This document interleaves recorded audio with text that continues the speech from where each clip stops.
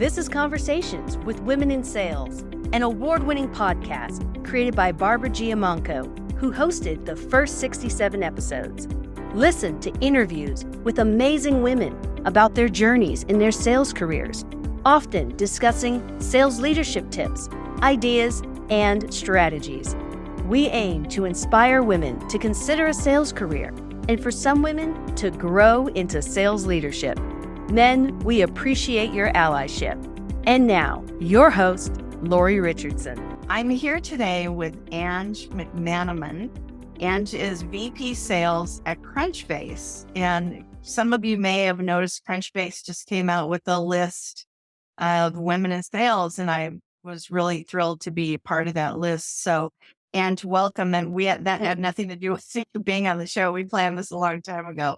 It really did, but it worked out at the same, which was nice. Isn't that? It's fun how life does that. So thanks for having me. Yeah, and congratulations, Lori, for making the top woman in sales list at Crunchbase. Yeah, that was really cool. So you've had a solid career in sales leadership, and I have so many questions for you.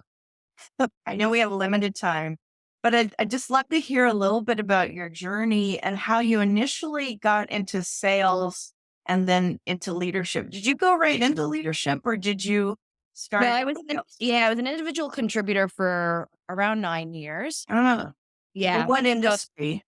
And it was in B sales, and it was a company called City Search, which was honestly the Yelp or Yelp. It was restaurants, bars, local business listings, and websites, because at that time, not a lot of local businesses could actually do a website. So we were able to get them online and get them in a search. And I flourished in that role. Again, I always say I never grew up saying I wanted to be in sales. I landed in a startup, really fun startup where I could talk to local business owners and get them exposure, honestly. And so me, early 20s, living in New York City, bopping around local businesses and meeting some great small business owners, it was really fun. And I started to perform. I'm definitely a competitor by nature. And then I started to make money, and I was like, this is great. Right. So this sales thing is cool. And that's what led me to just constantly keep pushing myself and growing. And I did that. And then there comes a time in one's career in sales. I think a lot people assume they have to go into leadership, or it's the natural progression there. And it's not for everybody. I know some amazing individual contributors at my time in my life right now, and it's okay. And so I was like, wow, I think I could like this, but I don't know. Nobody really knows until you try it. And I was given an opportunity there. And it's funny because what brought me joy as an individual contributor, being the top of the leaderboard, pushing myself, being self-motivated, all changes. Now it's, okay, you're the motivator. You're the one that has to coach and give them the motivation, but also give them the advice and the lessons and the skills to do well. Yeah. And so it actually started to bring me more joy helping people that wanted to be number one that weren't there. It's great working with number one people. Trust me, having the top performers will always, that's always a dream for a sales leader. But honestly, the B players, the B plus players that just are stuck and want to be the top and can't, and figuring out where their journey and how you can help them started to bring me more joy than when I was selling. So. Oh, that's interesting. Yeah, I was an individual contributor for a long time, partially because I was a single parent and I saw management as parenting. Yeah. At that time anyway. And I was all in for getting in there, getting my job done, getting out, and then dealing with the rest of my life. So it worked very well for me. Although I know I'm biased that I really want to see more women in sales leadership. And were you tapped on the shoulder, or did you think I really could do more? Did it start with a leader that acknowledged your abilities, your potential? Yeah, that's a great question. I think they started to give me more responsibilities, and they were all male leaders, but obviously saw my potential as an individual, not just female. But I was the one that stood up and said, I want this, and I have no experience. You got to take a shot on me. And in many ways, I had to be very confident there. And I honestly think I remember my internal interview. And I was so nervous, and I was like, just give me a shot sort of thing. And I was lucky. I was fortunate to get that. But Yeah. still, I was modest enough to be like, I want to learn. I have to, because I don't have experience. Show me Yeah. the way sort of thing. How about over time when you get into this VP sales level? What was that like at Amazon, for example? You spent Yeah. several, Yeah. several Several years years. there. Yeah. It's funny.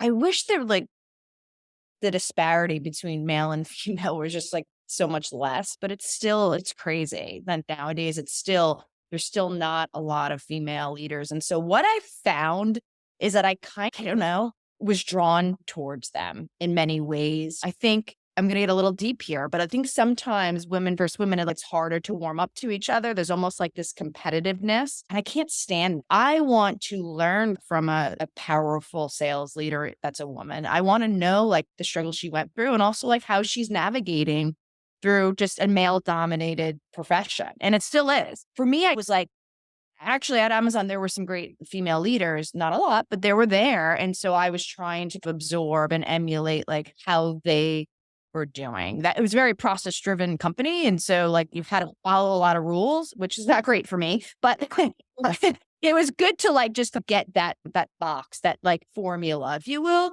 on what works well. And mostly male role models, unfortunately, coming out because there weren't, like you said, I was usually the only in many different situations.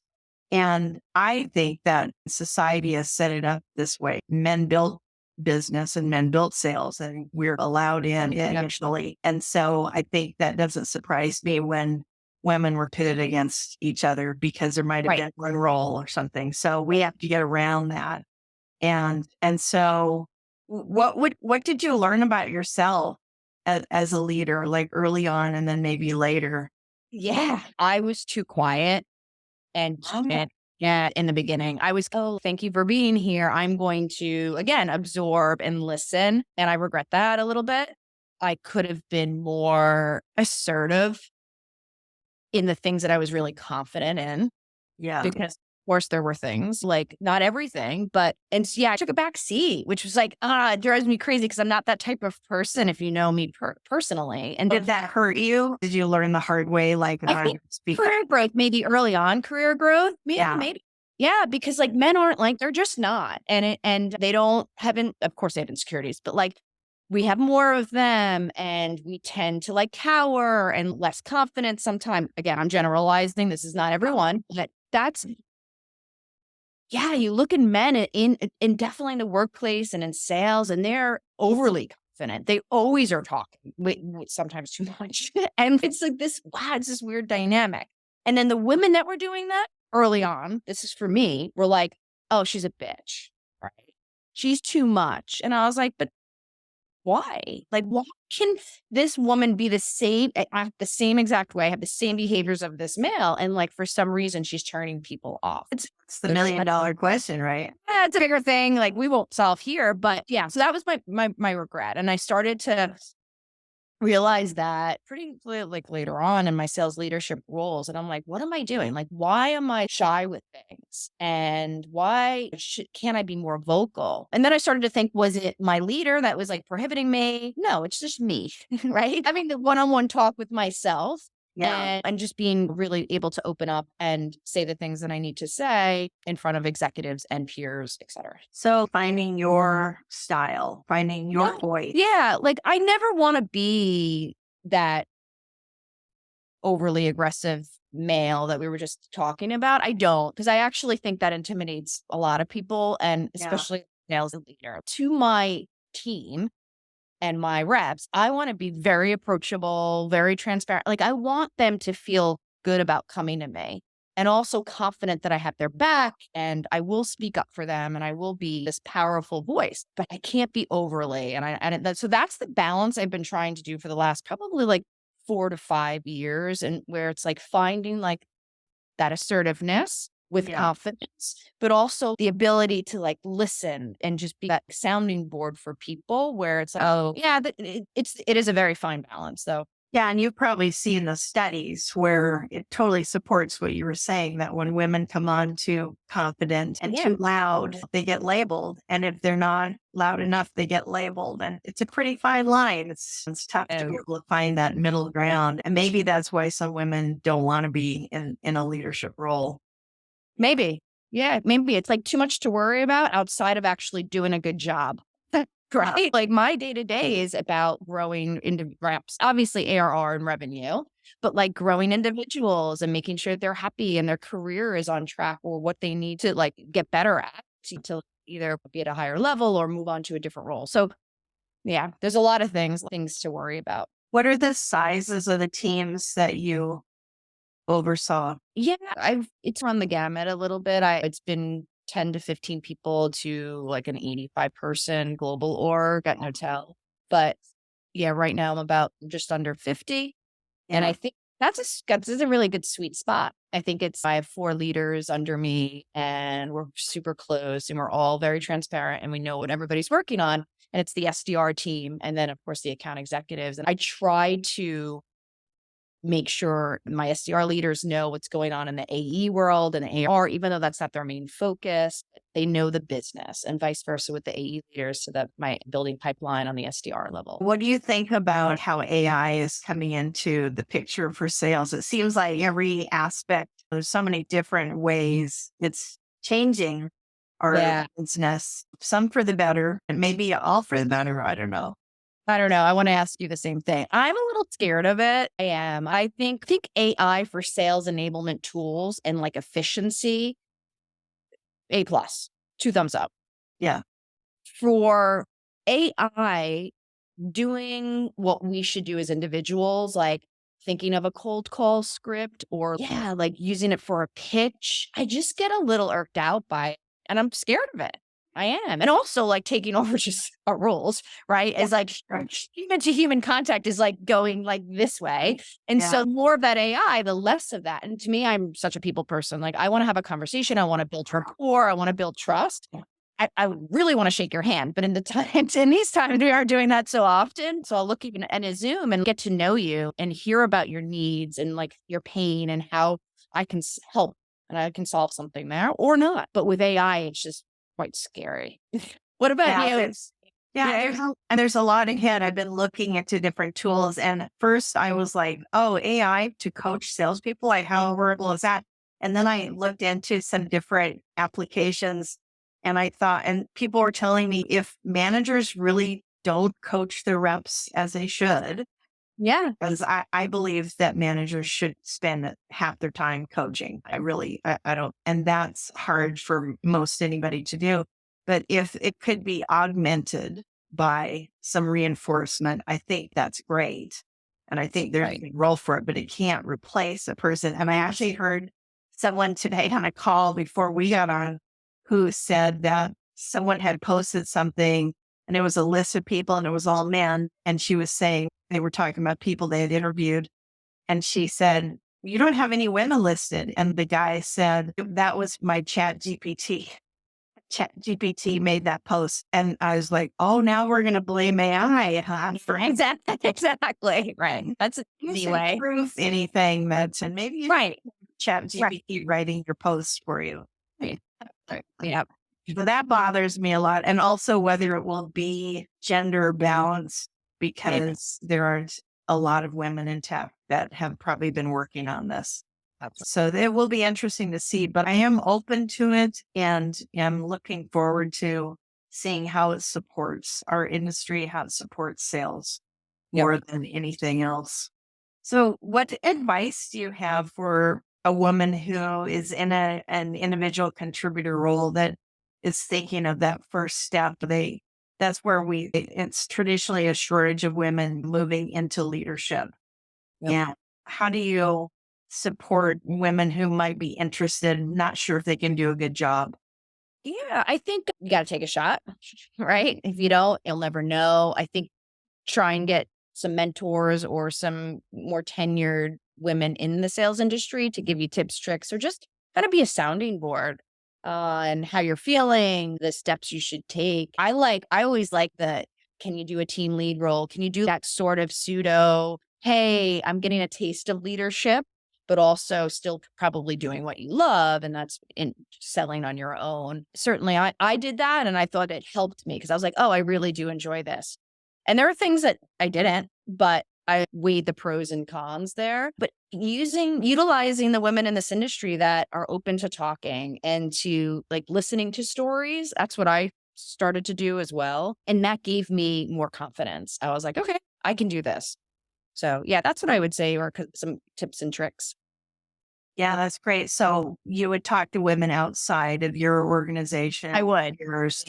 Yeah. Yeah, I That's would. great. And there are a lot of ways to do that now. There are more organizations and groups and Yep. people who are available to do that. That's really great. I didn't have that for me. I didn't even know what a good offer was. No one talked about, you weren't supposed to talk about your offer to anyone else back. Oh, I know. Yeah. So it's changed a lot. And I love that the generation coming up now is open about comp and about I'm getting options. How do I know that it's a good amount? I had no idea with mine. I was like, oh, okay. Right. Yeah. What should I ask for? How should I negotiate? I did it all on my own. It was, And that tradition that men will negotiate more than women will, because I just figured someone gave me a great offer. I didn't really know. I did not know when I started out that I could negotiate. I know. Yeah. And even when someone says pay is the same for everybody, there's no negotiation. You can negotiate time off and you can negotiate vacation and all sorts of different things. And so there's a lot more to it. I hope people learn all that. Do you have a book or podcast or someone that influences you would recommend to others? That's a great question. I don't think I have one person in particular. I obviously on social media a lot and LinkedIn, and there's some pretty amazing women out there that I think balance putting great content into the world and also great energy. And so Shini, Crunchbase's CMO, she's actually been pretty just someone to look up to, a woman to look up to, because she cares a lot about women in marketing and sales. And she also cares a lot about just like the industry as a whole and tech. And there's also, we have a sales kickoff next week. And I got to meet this woman, Abby Williams, who's on social media and she does a lot. She's a fractional CRO now, but her energy is right away. As soon as I talked to her, I was like, okay, I want to have a conversation with her and I want to talk through our careers. And I feel like she could naturally give me advice without even knowing it, like without even trying. So those are the types of things I love. For sales books, there's so many good ones out there. It's not a woman, but I like Jeb Blunt, Sales EQ.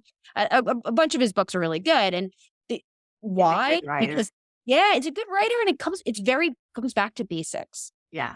It's like not this crazy methodology or anything that's maybe harder to implement or to get. It's just, they're very simple. And so for me, that's how I like to look at my sales reading and think through, like, as a leader too, right? I don't want to be an overly complicated leader. I want to be a really damn good leader. And I want to help people. And then obviously bring in the best revenue. So helping has been a theme for you. You said at the very beginning, when you started in a sales role, you were helping the small businesses. Right. Then as a leader, you're helping the reps to be their best. I think that's a really important thing to underline because sales gets a bad rap at times. And it's a helping profession. I was a teacher before I got into sales and I wanted to be a helper too. And sales has given that to me as well. And same with sales leadership. And that's important for people to know. You can bring your style. You don't need to be aggressive.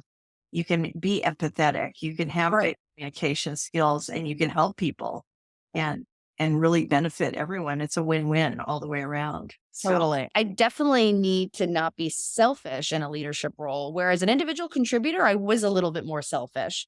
Leadership role, like I can't be, right? I have to care more about these people and my team and the revenue. Yeah. So do you have a book in you?